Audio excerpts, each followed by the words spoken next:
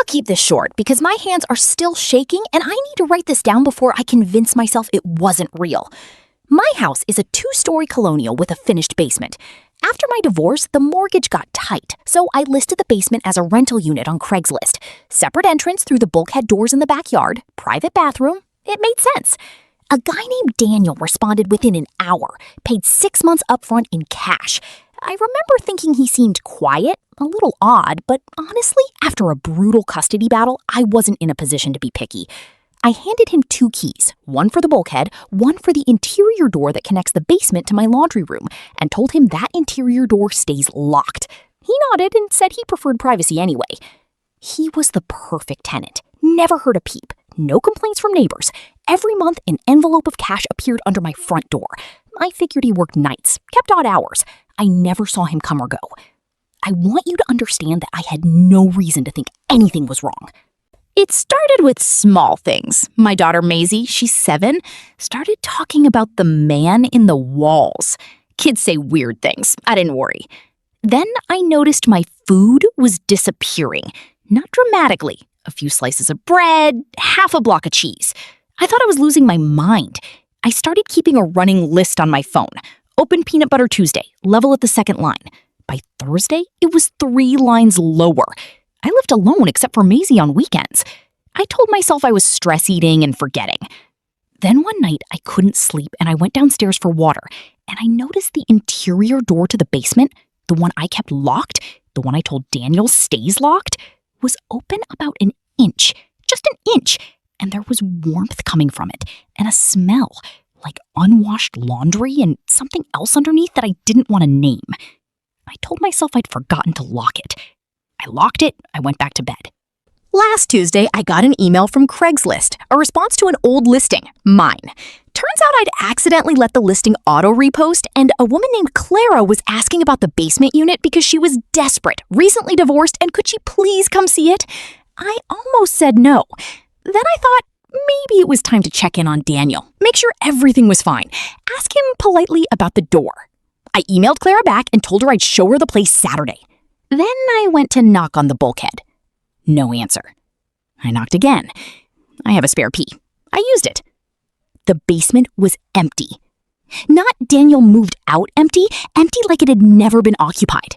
The inflatable mattress he'd moved in with was gone. His boxes were gone. There wasn't a single hair in the bathroom drain. It was so clean it felt staged. I stood there for a long time. Then I noticed the interior door, the one connecting the basement to my laundry room, was unlocked from the basement side. And there were scratches around the lock, recent ones, and small, muddy footprints going toward the stairs. I called a locksmith that night, changed every lock in the house, new deadbolts, a chain on my bedroom door.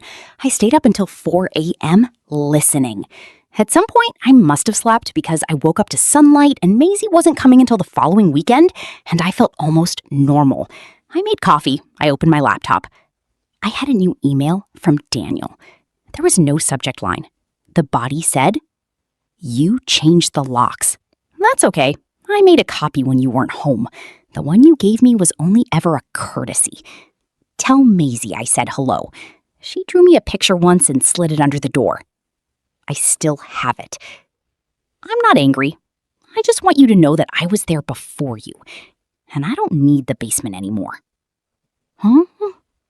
I went to the police. I have the email. I have the photos of the scratched lock, the footprints, the spotless basement that looks wrong in a way I can't fully articulate.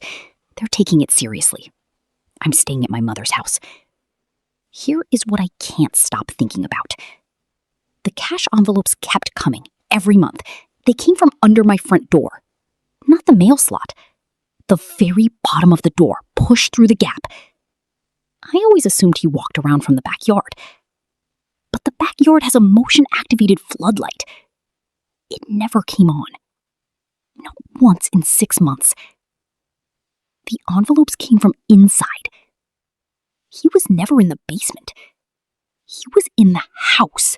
If you're considering renting out a room to a stranger, or if you have an interior door that connects to a rental unit, or if your child has started talking about a man in the walls, please don't wait for the email.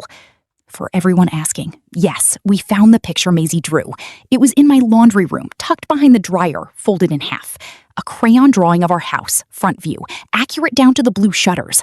In the upstairs window of my bedroom, she'd drawn a figure watching. She'd written friend in her 7-year-old spelling underneath it. She doesn't remember drawing it. The police found a modified section of drywall in my bedroom closet. A panel.